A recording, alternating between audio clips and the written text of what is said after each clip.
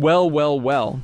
Franco Colapinto just crashed an Alpine at the Hungaroring during Pirelli testing, and honestly, at this point, I'm starting to think this kid has a secret sponsorship deal with barrier manufacturers. Franco Colapinto! Big crash into the wall for Franco Colapinto! Sorry, mate. Sorry for that, guys. But before you hit me with the, oh no, poor Franco comments, let me tell you why this crash isn't just another oopsie-daisy moment. This is a story about pressure, politics, and why sometimes in Formula 1, even tire testing can feel like a job interview. Conducted at 220 kilometers per hour. Buckle up, because we're about to dive into the most consequential crash that nobody saw coming, but everybody probably should have. But first, let's set the scene, because this crash didn't happen in a vacuum, it happened in a pressure cooker. You're Franco Colapinto. 6 months ago, you were the golden boy of Formula 1, the rookie sensation who scored points in only his second F1 start with Williams. You were getting calls from Red Bull, you had Flavio Briatore literally throwing money at Alpine to sign you, and Argentine sponsors were lining up like it was Black Friday at a tech store. Fast forward to August 2025, and you're sitting in that Alpine garage knowing that every single lap could be your last. Because here's the tea that the paddock's been spilling all season long. Franco hasn't scored a single point since replacing Jack Doohan at Imola. Not 1 point. And while Pierre Gasly's been carrying Alpine on his back like he's training for the Olympics, Colapinto's been struggling to even make it out of Q1. The whispers in the paddock have gone from future superstar to is his seat even safe until summer break? You want to know how bad it's gotten?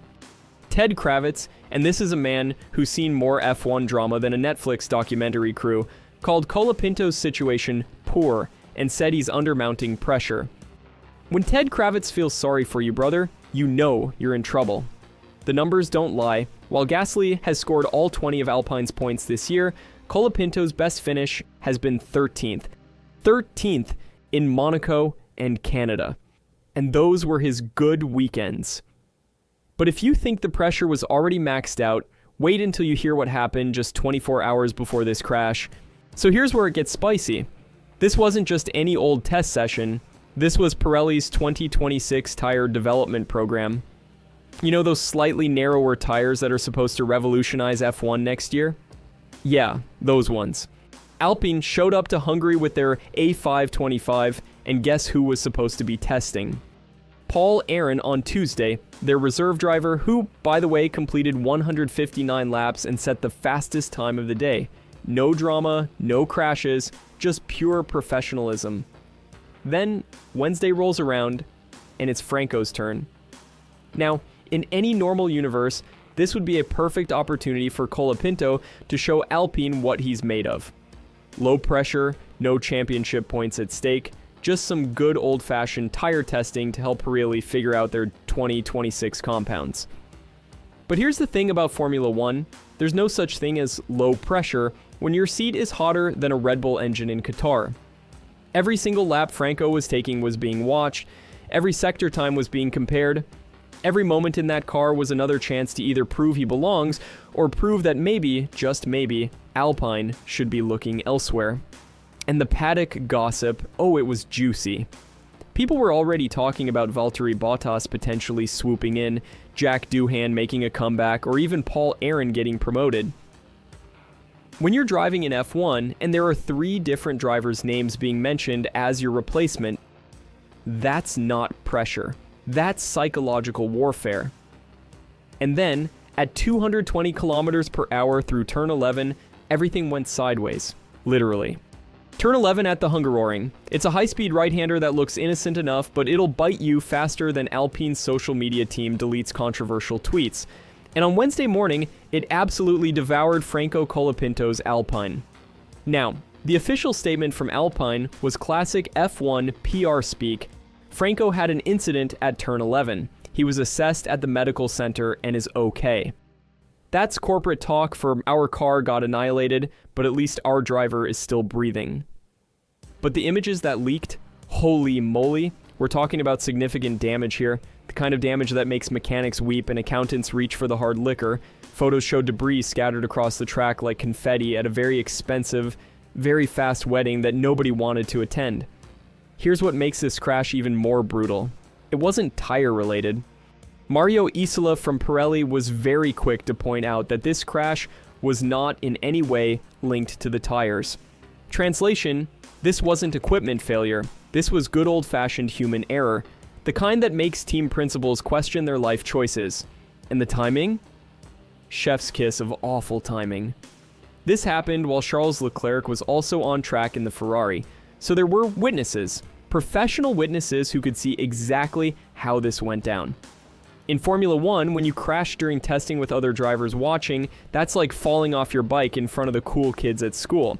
Except the cool kids are millionaire racing drivers and your bike costs several million euros.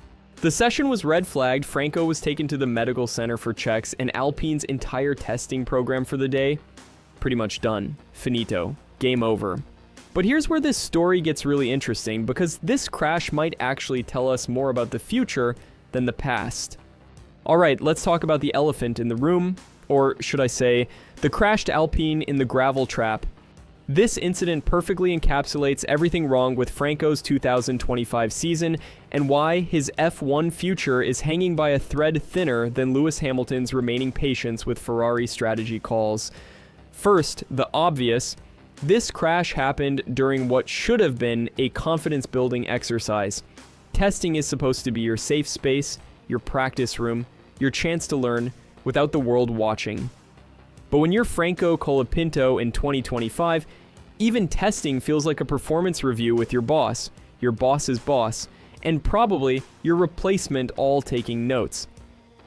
The paddock rumor mill has been absolutely vicious about Franco this season. Automotor and Sport reported that he could be out of Alpine by the end of the year at the latest.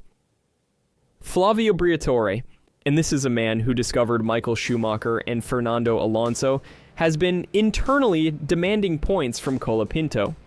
When Flavio's demanding something, you deliver, or you pack your bags.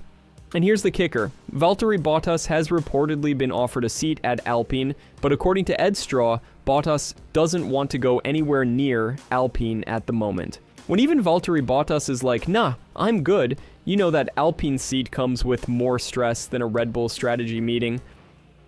But here's what's really wild. Despite all this pressure, despite this crash, despite having 0 points this season, Franco is still expected to keep his seat through the summer break. Why?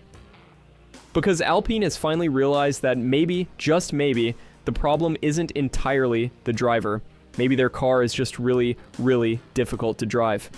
Think about it. Jack Doohan struggled, Franco's struggling, and even Pierre Gasly, who's been Alpine's saving grace, has only managed to drag that car into the points sporadically. When 3 different drivers are all having the same problems, perhaps it's time to look at the common denominator. So what does this all mean for Franco's future? Well, let me break down the 3 possible scenarios. Scenario 1, the redemption arc. Franco uses the summer break to reset, comes back refreshed, and finally shows the speed that got him this seat in the first place. Alpine improves the car, Franco starts scoring points, and by the end of 2025, everyone's forgotten about this crash. Probability? About as likely as Ferrari getting their strategy right on the first try. Scenario 2, the slow fade. Franco keeps his seat through 2025 but continues to struggle. Alpine gradually loses patience, and by the end of the season, they thank him for his service and promote Paul Aron for 2026. This feels like the most realistic outcome, especially with 2026's regulation changes, giving everyone a clean slate. Scenario 3, the shocking mid-season switch. Alpine panics after a few more poor performances, brings in either Valtteri Bottas, recalls Jack Doohan, or gives Paul Aron his shot. The crash becomes the moment historians point to as when it all started to unravel. But here's my hot take. This crash might actually help Franco in the long run. Why? Because it removes any illusion that the pressure isn't getting to him. Sometimes in F1, you need to hit rock bottom before you can bounce back. This crash is Franco's rock bottom moment.